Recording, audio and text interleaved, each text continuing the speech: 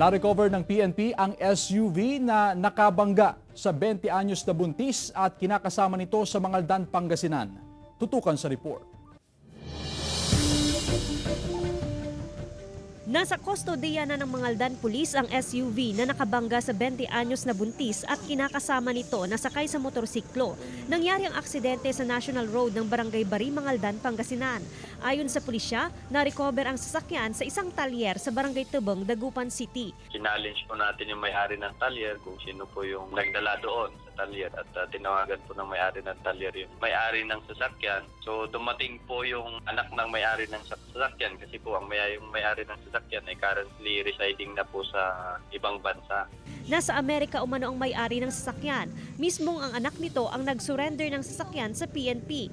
Nung tinanong natin during that time na nangyari yung insidente kung sino po yung nagda-drive at kung sino yung na-involved doon sa vehicular traffic incident natin na nangyari, namin na yun yung boyfriend niya po yung nakadrive nung gabing nangyari yung aksidente. Maharap sa patong-patong na kaso ang 31 anyos na driver. Alam naman na po namin kung saan siya. Willing naman po siyang mag-voluntary surrender. But in the process kasi ng natin, sa batas natin, hindi na po natin siya pwedeng i-custody is because nag-lapse po yung ating reglementary period saka hindi po natin mako-considered as at pursuit operation yung nangyari.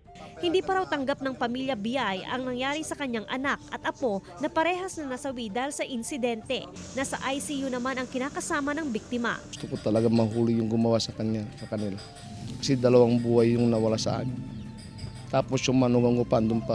Hindi pa namin alam kung makakasurvive or